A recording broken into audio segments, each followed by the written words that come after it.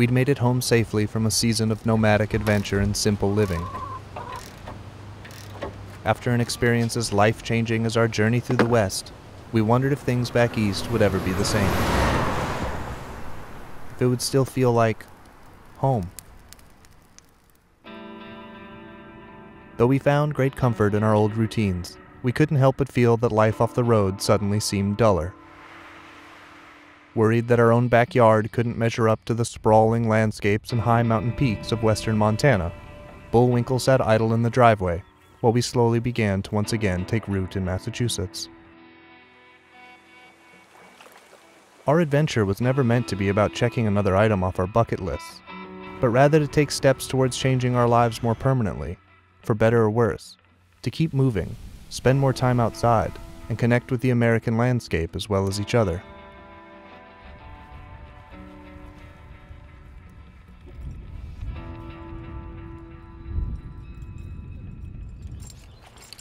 During our trip, we'd fished a small brook trout stream that fed the Big Hole River, where nearly 20 years ago I'd caught my first fish on the fly. Much like us, those fish were Easterners transplanted west, and ever since I first laid eyes on the pint-sized trout's incredible iridescent markings and white stripes, I was in love.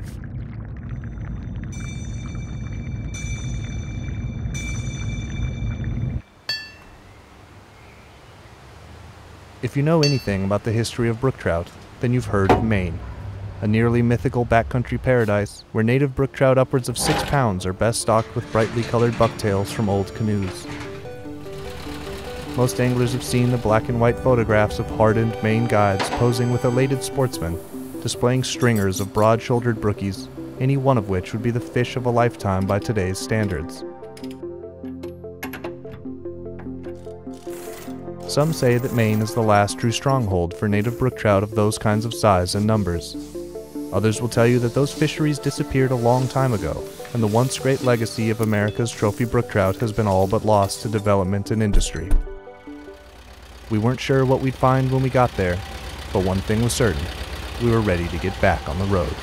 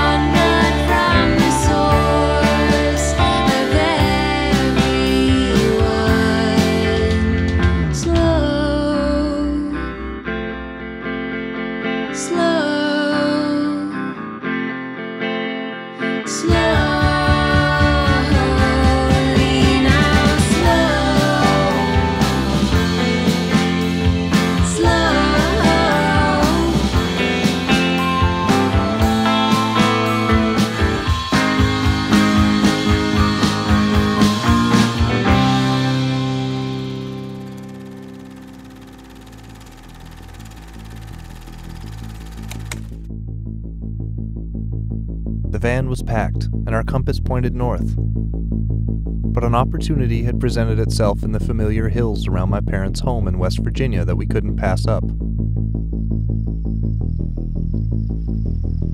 one of nature's rarest and most astonishing wonders, the emergence of the 17-year cicadas was about to begin.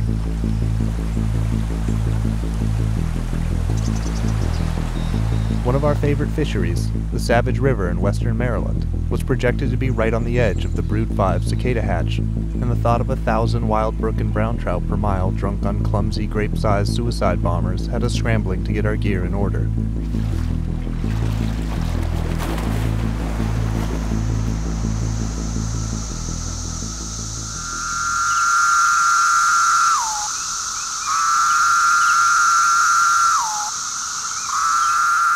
When we arrived in West Virginia, the cicada emergence was in full swing.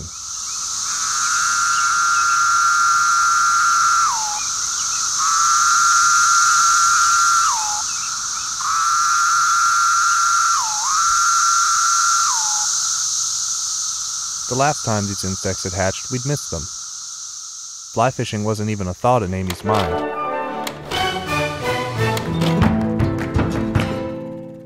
And I was halfway around the world. In Israel. But that's another story.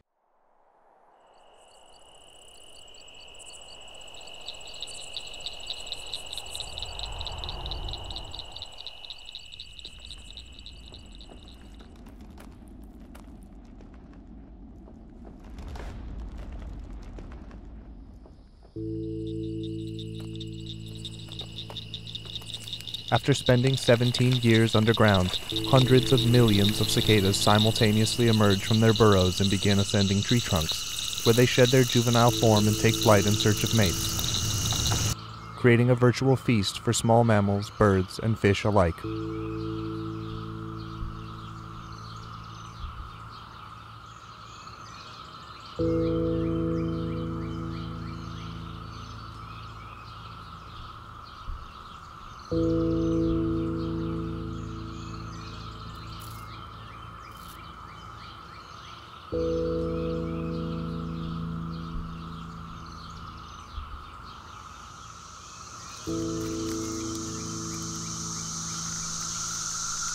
Much to our dismay, however, as we neared our destination in the canyon of Savage River State Forest, the trees suddenly fell silent.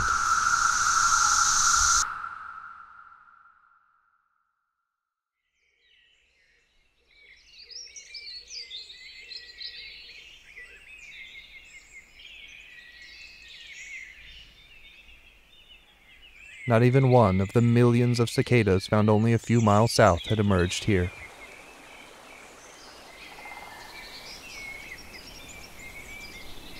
It looked like it would be another 17 years before we'd have a shot at throwing bass bug-sized foam dries to overeager trout.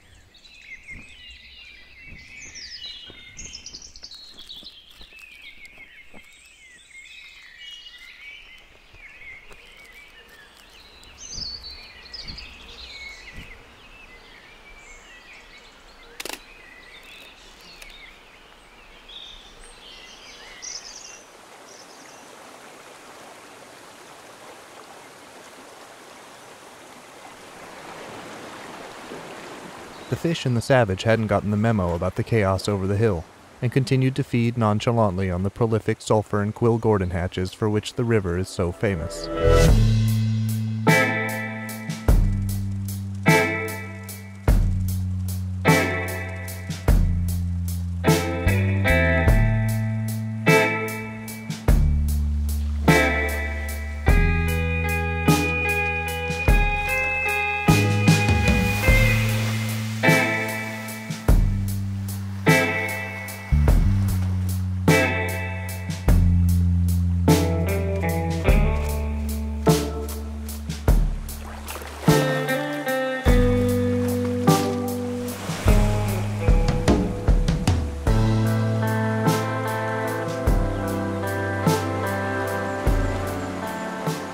It didn't take long before we'd forgotten all about our noisy friends back in West Virginia.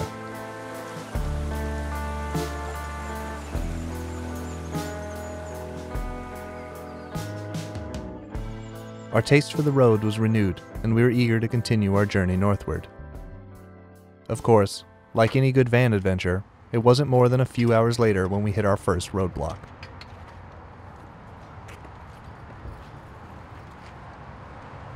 A length of old power steering line had rotted out and burst, spilling several quarts of hydraulic fluid and leaving us without an easy option for repair. After some deliberation, we decided that with the system now empty, our best course of action was to simply pull the belt off the pump and run the rig without it until we could get home and replace the lines ourselves. We were resolved to do all of our own work on the van, and given that our trip was still in its infancy, we had no intention of turning around and quitting just yet. Bullwinkle may not have turned as easily as before, but we were determined to make do.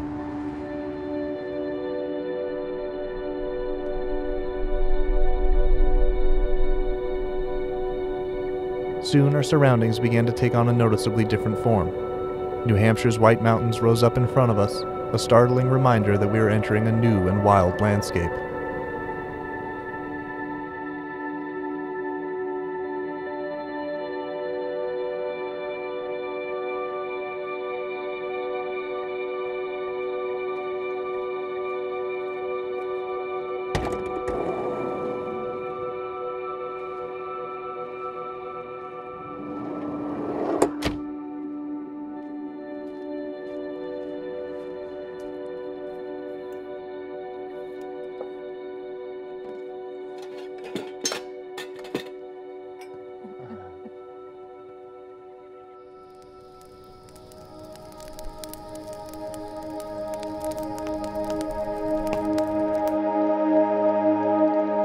"90% of Maine is blanketed by thick forest, and its untamed north woods is larger than Rhode Island and Delaware combined.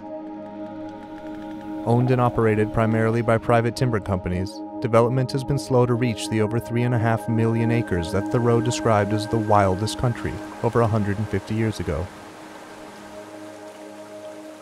It's for this reason that brook trout have retained so much of their native range, and continue to flourish despite the plethora of man-made and environmental threats facing the rest of their eastern cousins.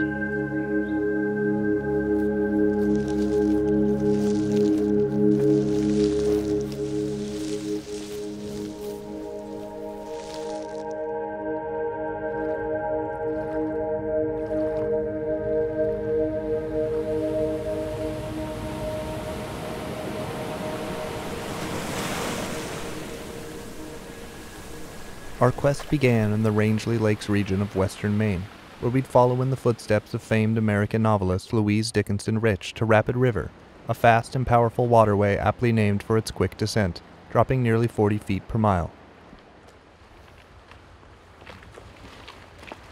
As was true when Rich wrote the 1942 classic, We Took to the Woods. One of the best ways to access this remote fishery is by boat.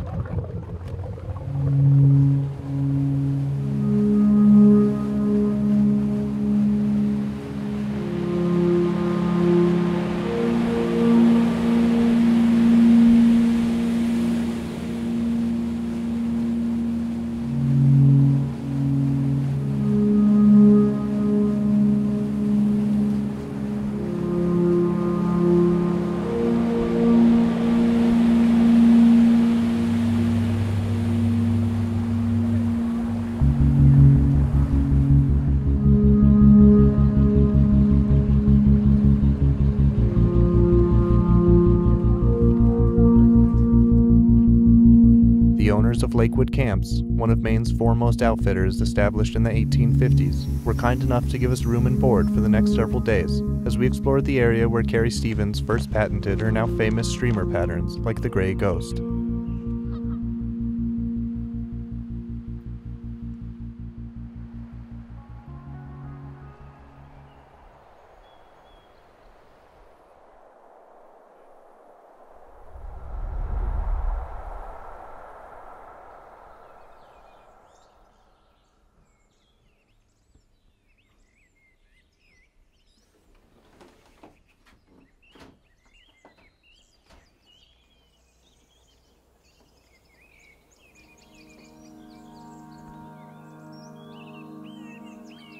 The rapid has been under threat of development for over a century, with sport and market fishermen slaughtering trout by the thousands, and commercial loggers rerouting the banks with dynamite and constructing outlet dams to run logs in the spring.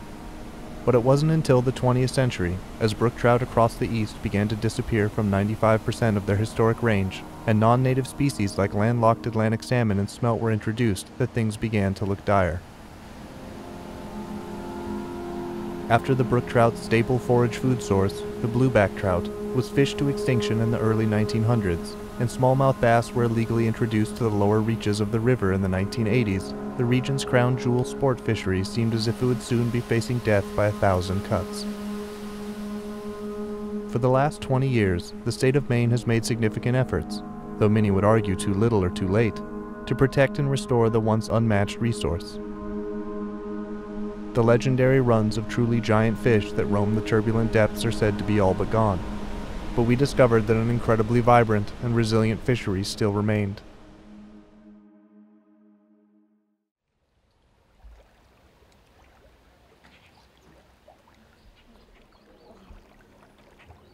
Soon our caddis imitations were disappearing in violent swirls of red and silver.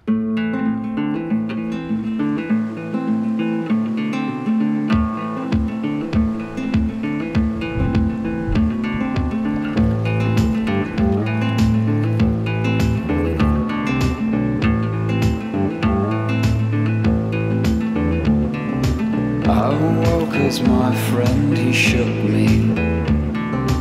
He looked excited. I followed his finger, which pointed right out of the window, falling like feathers from shaking old doom as white snow.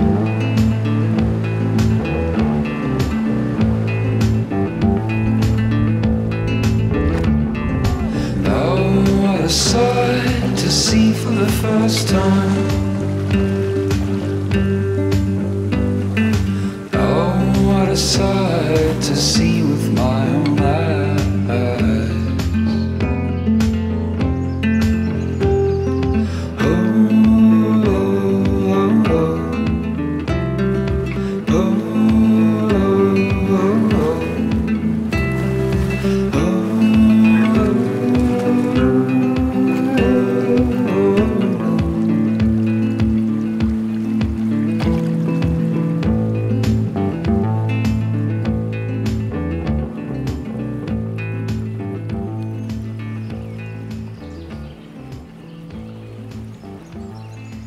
Many biologists believe that the fish in this system are genetically unique, with resilient traits that allow them to grow quickly and to unusual size. If there's such a thing as a brook trout paradise left in the United States, we had found it. And it wasn't long before Aimee's line was tight with what was easily the largest brook trout either one of us had ever seen.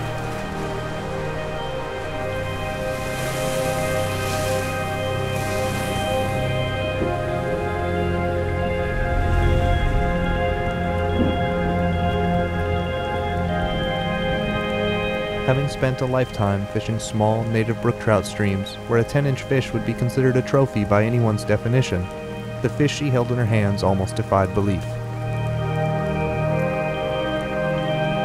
Bronze flanks with large red spots and iridescent blue halos revealed the trout's rich ancestry. As wild as the river itself, this native treasure was truly the fish of a lifetime.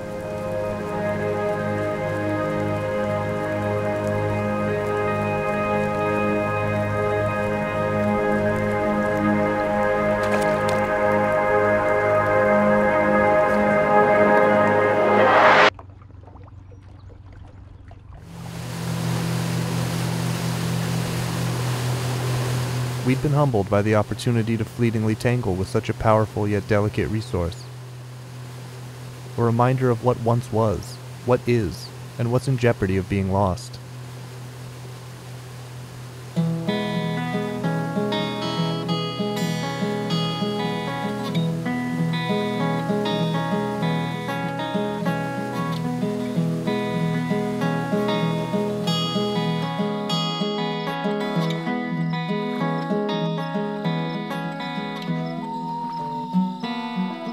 Little did we know how much the Pine Tree State still had left in store.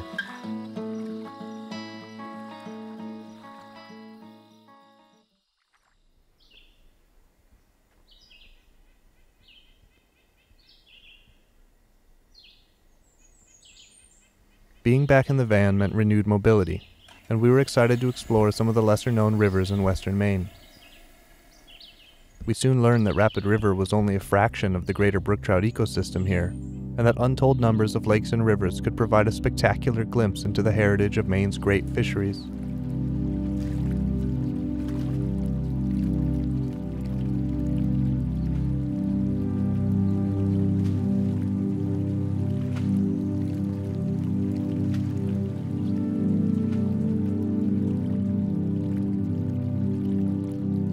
As most anglers know, brook trout aren't trout at all, but rather a species of char, a Gaelic word that translates to literally mean red or blood-colored. It was evident why as violent flashes of crimson punctuated the dark and tumultuous pocket water.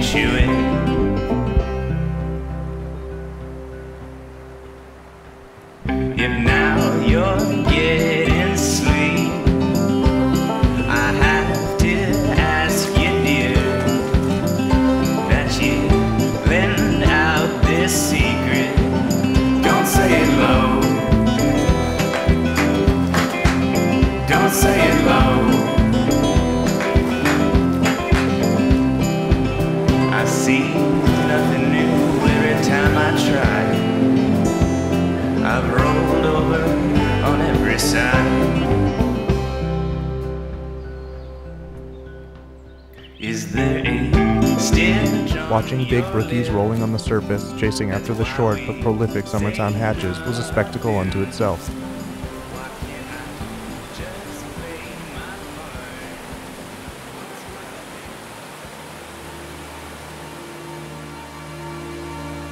Suddenly, Aimee's tiny Baetis imitation disappeared in a toilet bowl-like swirl, and everything we knew about the small, stream-dwelling jewels we call brook trout was about to change. What was once an unanswered question was now gloriously manifested before our eyes.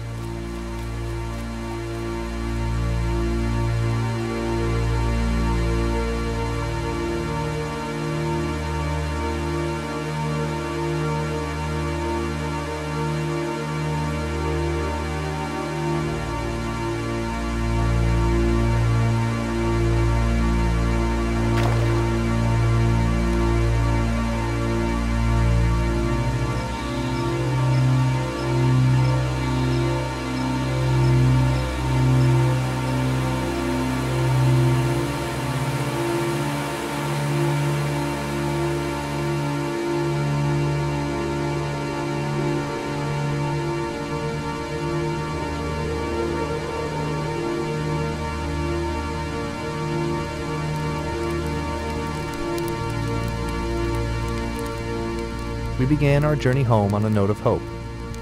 The fight to preserve the country's last great brook trout stronghold is far from over, but it seems as though the state of Maine has at least halted its freefall. We had to keep reminding ourselves that we'd only seen a fraction of the state's fresh water, and one that had already become victim to many of the pitfalls of human development. The great wilderness of the North Woods still loomed above us, and we knew it wouldn't be long before we were called back to Maine, perhaps to travel to places beyond Rhodes, where bodies of water are named only by their nearest coordinates, and the native flora and fauna have remained largely untouched since the last ice age.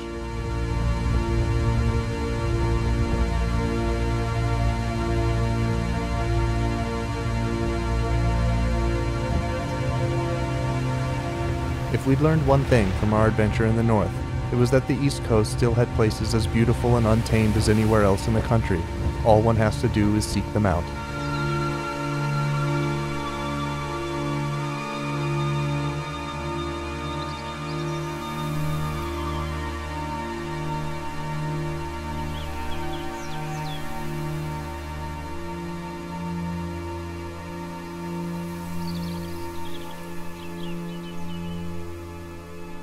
Oh, and anyone who says that America no longer has big brook trout has clearly never been to Maine.